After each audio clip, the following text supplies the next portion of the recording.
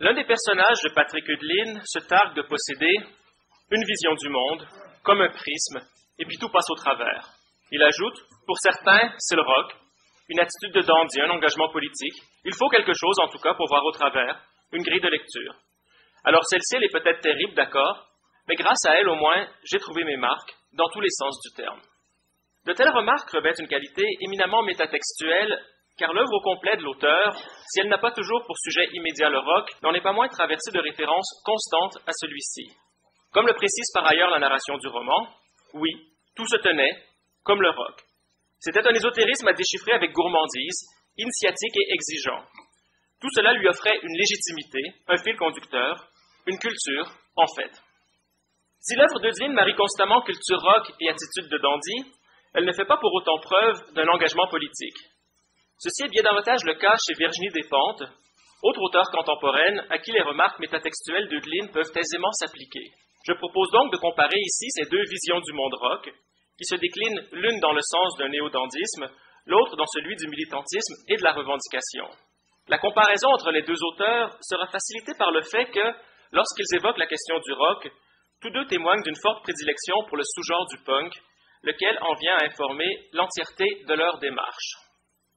Tout d'abord, force est de constater qu'Hölderlin et Despentes ne parlent du punk rock qu'au passé. Si leurs personnages peuvent écouter des disques ou citer des groupes dans le présent de l'intrigue, ceux-ci sont toujours datés, renvoyant à un état antérieur de leur existence. Le rock a ainsi pour qualité de coller à un instant révolu, qu'il rappelle et définit tout à la fois.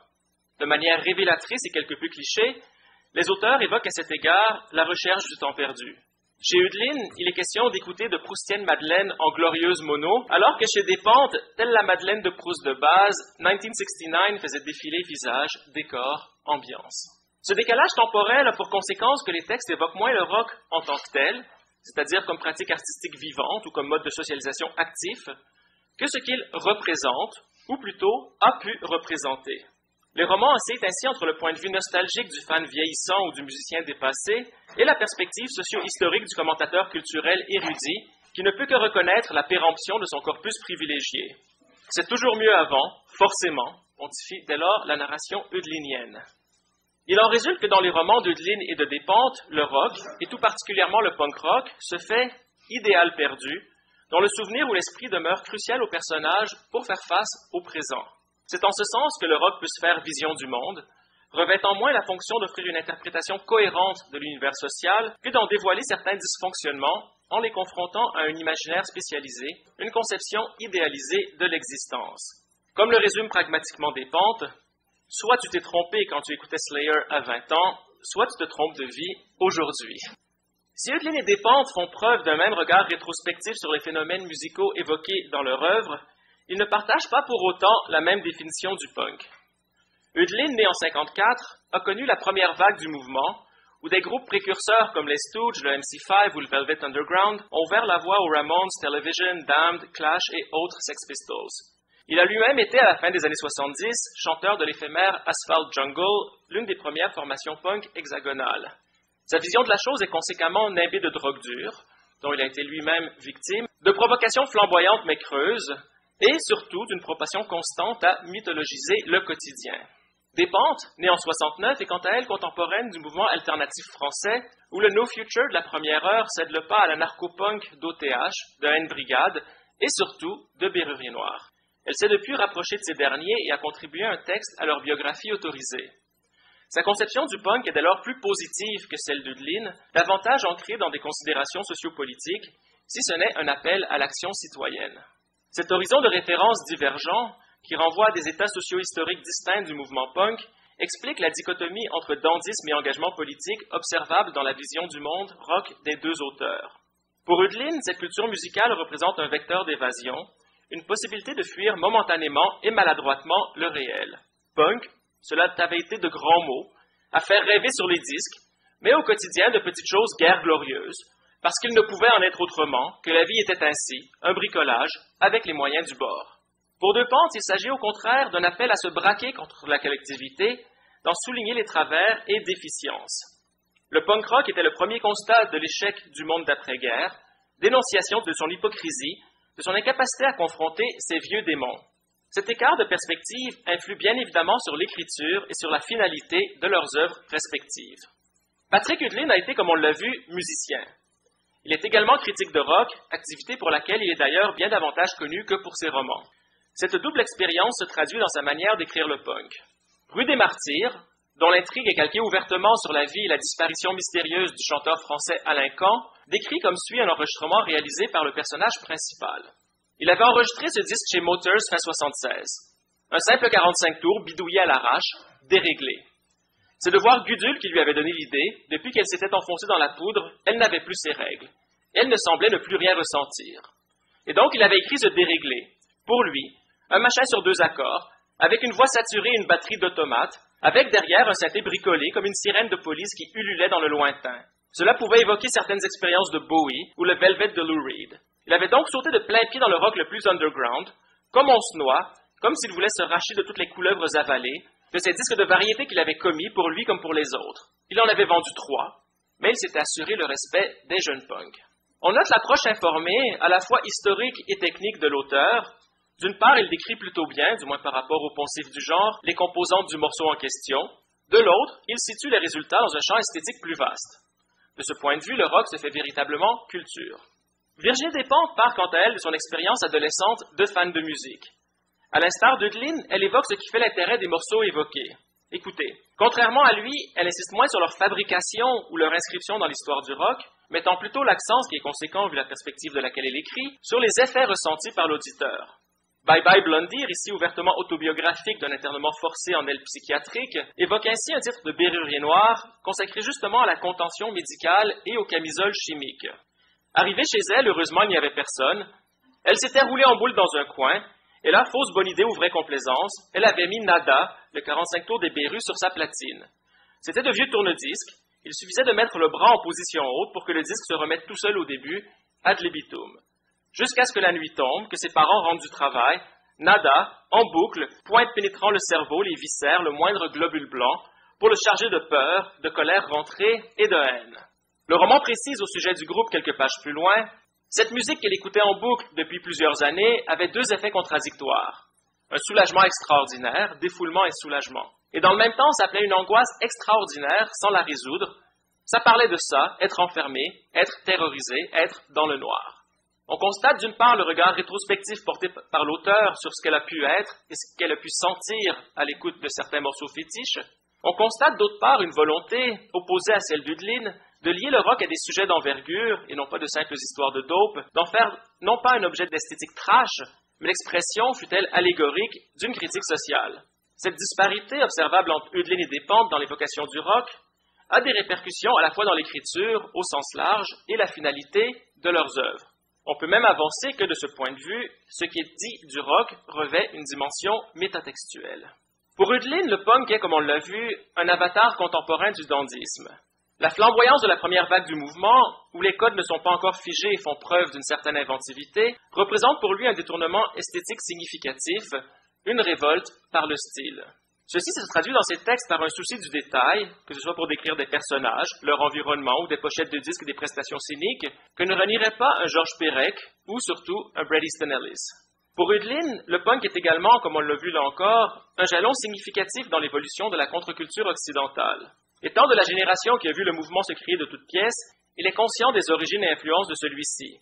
Ceci se manifeste dans son œuvre par un constant name-dropping de musiciens des années 70 et de leurs prédécesseurs pop des années 60, mais aussi en ratissant plus large d'écrivains et d'artistes, des romantiques aux surréalistes et au mouvement beat, qui ont fait preuve d'une provocation similaire. Une telle remise en contexte historique et érudite, si elle situe bien l'esprit punk dans un imaginaire plus vaste, a pour effet, du fait que toutes les références convoquées sont issues du passé, de souligner encore davantage que le punk, selon Hudlin, est une valeur qui n'a plus cours dans le monde actuel. L'auteur cumule à ce sujet les références lettrées pour exprimer son sentiment de décalage. Les pochettes de disques de sa jeunesse se font ainsi autant de portraits de Dorian Gray, autant d'images parfaites qui, si elles ne vieillissaient pas, ou ils s'enlisaient comme tant d'autres. Dans un même ordre d'idée, il constate que le drame du vampire, le prix de sa survie, c'est de voir les modes de sa jeunesse, les choses de son temps, tout ce à quoi il tient, disparaître inexorablement. La solitude qui l'étreint alors devant ce monde nouveau qu'il ne connaît plus, qu'il ne reconnaît plus, est sa punition. Il rattache dès lors son activité d'écrivain à la figure par excellence du poète, Il était Orphée, revenu du monde perdu, et qui raconte. Ce repli nostalgique dans l'esthétisme et la mémoire, en guise de réaction à un univers extérieur estimé souillé ou hostile, fait de la production d'Udlin une forme actualisée du roman dit célibataire ou fin de siècle. L'auteur fait d'ailleurs référence dans presque tous ses textes à l'aphorisme d'Oscar Wilde observant que « on est tous dans le caniveau, mais certains regardent vers les étoiles ». Ce paradoxal mélange de trash et d'élégance, le tout teinté d'une nostalgie tenace, se manifeste de manière emblématique dans le passage suivant. Habit rouge de Guerlain, une odeur qui paradoxalement lui rappelait le punk rock, les amphétamines de cette époque, Captagon, Fringanor et Dinantel, et la sueur des petits matins en descente, avec des images d'étreintes sauvages et tremblantes sonnées par l'alcool. Habit rouge. On avait trouvé un de ses amis morts, baignant dans les flaques de son sang mélangé à ce parfum, échappé d'une bouteille cassée. Oui, habit rouge, un parfum punk. De ce fait, l'exil intérieur, alimenté d'un juste mélange de dope et de souvenirs, des personnages d'Udlin prolonge, au tournant du millénaire, la réclusion contemplative et désabusée d'un désescinte. Pour Despentes, le punk est, comme on l'a vu, une prise de position politique. Les groupes qu'elle affectionne, contrairement à ceux prisés par Udlin qui rejoue éternellement le rôle du rebelle sans cause, invitent leurs auditeurs à se mobiliser avant que, comme le disaient les Berruriers noirs, tout ne soit perdu. Ceci se manifeste dans son œuvre par l'exploration de thèmes durs comme le viol, la prostitution, l'exploitation socio-économique, la précarité ou la manipulation des masses par une culture préfabriquée et insignifiante. Pour Despentes, le punk est également, là encore comme on l'a vu, un révélateur privilégié de l'angoisse. Alors que Udlin met l'accent sur la dimension initiatique du rock, la face cachée qu'il dévoile à des happy few triés sur le volet, elle revient constamment sur l'exutoire que cette musique peut offrir aux unhappy many, sur la momentanée catharsis à leur être ainsi permise. Ceci se manifeste de manière plus générale dans ses textes par un constant souci du sentiment d'oppression ou de panique que peuvent ressentir les personnages dans des situations souvent banales du quotidien et les réactions violentes qui, plus souvent qu'autrement, en découlent. Une telle dénonciation à la fois des dysfonctionnements de la société et des effets psychologiques induits par ceux-ci chez les individus les plus vulnérables fait du punk chez Despentes une rare valeur positive à opposer à la déroute ambiante. Alors que les personnages d'Udlin constatent la péremption de la culture de leur jeunesse et s'abîment dans une nostalgie opiacée, ceux de Despentes, ils constatent également un clash entre ce à quoi ils ont cru et ce que le monde peut désormais leur offrir, n'entendent pas moins de vivre autrement en faisant de leur credo punk passé un paradoxal mode d'emploi. La description suivante d'une roqueuse vieillissante, qui garde la tête haute en dépit de l'adversité, ne va pas sans rappeler la démarche d'écriture de Despentes et ce qui se dégage en général de ses textes. Elle était un pur produit de l'aristocratie punk rock, mal née, fauchée, survivant de boulots pathétiques, habitant dans les pires quartiers, mais s'écorchant les lèvres s'il fallait s'adresser à quelqu'un qu'elle n'aimait pas.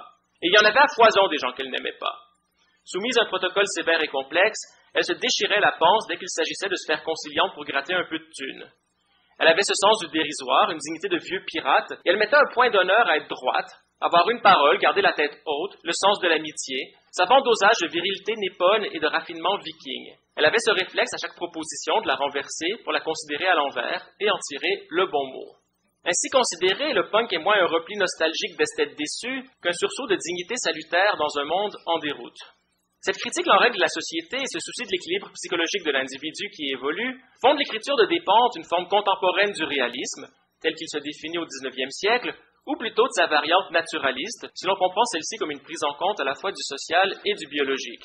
Ce constat est plutôt banal dans la mesure où la forme romanesque mise en place par Flaubert, Maupassant et Zola demeure à bien des égards l'horizon indépassable de la littérature d'aujourd'hui. Il met toutefois l'accent sur la résistance esthétique que peut constituer la prose de l'auteur, laquelle adopte souvent le point de vue le plus cru et brutal possible, histoire, imagine-t-on, de sortir le lecteur de son confort et son indifférence. L'exemple emblématique de cette démarche se situe dans les premiers romans despentiens, où s'accumulent les scènes pornographiques à l'encontre de toute bienséance. Et d'ailleurs, à noter que ces vignettes trash s'accompagnent presque toujours d'une bande sonore tirée du rock alternatif des années 90. Mais comme tout ceci est le sujet de communication de Véronique, je ne m'attarderai pas là-dessus. Un autre exemple révélateur de par le clin d'œil qu'il fait des préoccupations sociales passées, de la démarche réaliste ou naturaliste de Despentes, se trouve dans la description initiale qu'elle fait de son dernier anti-héros romanesque, Vernon Subutex. Il avait été disquaire entre 20 et 45 ans. Dans son domaine, les offres d'emploi étaient plus rares que s'il avait travaillé dans le charbon. À la lumière de ce qui précède, il est difficile de ne pas voir, dans cette association inusitée entre le rock et la mine, une référence tongue-in-cheek à des modèles antérieurs à émuler et prolonger. La question se pose toutefois, tout ceci a-t-il le moindre intérêt pour un lecteur qui ne serait pas un fan fini de rock, Il ne serait dès lors pas particulièrement sensible au vaste réseau interdiscursif qui sous-tend ces textes. Pour ma part, j'avoue trouver ces récits intéressants, en dépit de leurs multiples insuffisances, pour le portrait empathique qu'ils offrent de punks vieillissants, lesquels n'arrivent pas toujours à faire coïncider les idéaux de leur jeunesse avec leur situation présente. Ils offrent un portrait convaincant des rescapés du rock, un thème peu abordé, sinon de manière péjorative et caricaturale, en littérature. De manière plus générale, toutefois, force est de constater que la déroute des personnages d'Ödlin et de Despentes résonne avec un naufrage social plus vaste. Pour les protagonistes d'Ödlin, le point de rupture est généralement le tournant des années 80. Il s'agit, d'une part, de l'époque où le sida commençait à faire des ravages parmi les junkies. Il avait vu son entourage tomber comme à Verdun. Sa jeunesse, désormais, c'était un monument aux morts. Il s'agit d'autre part du moment où la contre-culture électrique des années 60, après un long déclin dans le champ du synth et le punk rock, cède le pas à sa récupération quasi complète par l'industrie culturelle qui en fait une forme de divertissement et de spectacle parmi d'autres. Pour les personnages de Despentes issus d'une autre génération, le point tournant se situe plutôt en 1989. Ceci les mène à idéaliser, ou du moins à considérer avec une nostalgie bienveillante, le monde avant la chute du mur, c'est-à-dire avant l'effondrement total de tout. Cette perspective plus vaste, qui n'entre pas forcément en contradiction avec celle d'Ödlin, équivaut à une dénonciation de la société néolibérale qui se prétend, à en croire Margaret Thatcher ou Francis Fukuyama, sans alternative. En d'autres mots, ce qu'Ödlin dit du rock, Despentes le dit de la société au complet.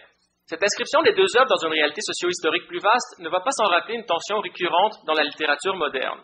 Ödlin, pour sa part, a voué l'entièreté de sa carrière, de musicien, de commentateur et de romancier, à l'impossible quête d'une forme de transcendance électrique. Comme il l'énonce à titre de rock critique, on ne fait que courir après ça, ce moment parfait où tout prend sens. Le punk rock a commencé par l'exigence, l'idéalisme, parce que certains ne pouvaient se satisfaire du rêve politique, que les 60s avaient ouvert une porte qui s'était refermée, nous laissant au dehors. Son œuvre romanesque s'applique dès lors à fantasmer ce que pourrait être un tel son, pur, sublime, autotélique, bref, à esquisser un rock pour le rock, qui fait écho à l'art pour l'art de jadis. Despentes, quant à elle, cherche, comme on l'a vu, à transposer la virulence critique et l'énergie mobilisatrice du punk à des enjeux contemporains. Comme elle explique en son propre nom dans l'essai King Kong Theory, tout le concept du punk, c'est de ne pas faire comme on vous dit de faire. Fuck you, I won't do what you tell me. Si je ne venais pas du punk rock, j'aurais honte de ce que je suis, pas foutu de convenir à ce point-là. Mais là, je viens du punk rock et je suis fier de ne pas très bien y arriver. Son œuvre s'inscrit dès lors dans la filiation de la littérature engagée, au sens sartrien du terme, dans la mesure où elle cherche à dévoiler des réalités déplaisantes, souvent fondées sur l'expérience, dont le lecteur ne peut en principe plus se sentir innocent. Bref, sous des aspects de récit pour initiés, les textes de ces deux auteurs offrent une perspective originale sur les thèmes éminemment contemporains du dépassement, de l'absence, de l'exclusion et de la perte. Par-delà l'intérêt thématique que peuvent offrir les romans d'Ödlin et de Despentes, il n'en reste pas moins que la forme retenue pour ceux-ci ne s'avère pas toujours à la hauteur de l'objet qu'ils se donnent. Le punk rock, quoi qu'on puisse en dire aujourd'hui, et peu importe les incarnations prévisibles qu'il a pu prendre par la suite, fut, à l'origine, l'une des dernières véritables avant-gardes du rock, qui exerçait une influence tant musicale que sociale. En d'autres mots, le punk a été un sous-genre qui a momentanément assailli le rock de l'intérieur, en exacerbant sa forme et en radicalisant son propos. On peut dès lors présumer qu'une littérature qui se revendique d'un tel idéal artistique viendrait elle aussi remettre en question les codes établis. Or, comme on l'a vu, Ödlin et Despentes prolongent les sous-genres existants du roman de fin de siècle et du roman réaliste ou naturaliste. On pourrait dire à cet égard qu'Ödlin, occupé à préserver le passé, réécrit tout bonnement le type de roman qu'il aimait lire à l'époque. De même, on pourrait avancer que Despentes, dont les visites demeurent plus sociales que littéraires, écrit tout simplement des romans, tels que le genre se pratique massivement aujourd'hui. Il n'en reste pas moins que, si leurs textes évoquent plutôt bien le choc que peut constituer l'écoute adolescente des Sex Pistols ou de Bérurier Noir, ils le font par leur contenu, par ce qu'ils disent, et non par leur forme, par la manière de l'exprimer. Mais bon, ce qui importe ici est peut-être moins la musique elle-même, bien qu'il en soit constamment question, que ce qu'elle représente. La manière dont, comme j'ai pu le postuler en introduction, elle se fait grille de lecture, vision du monde permettant de conférer un surcroît de sens, si dérisoire soit-il, à l'univers.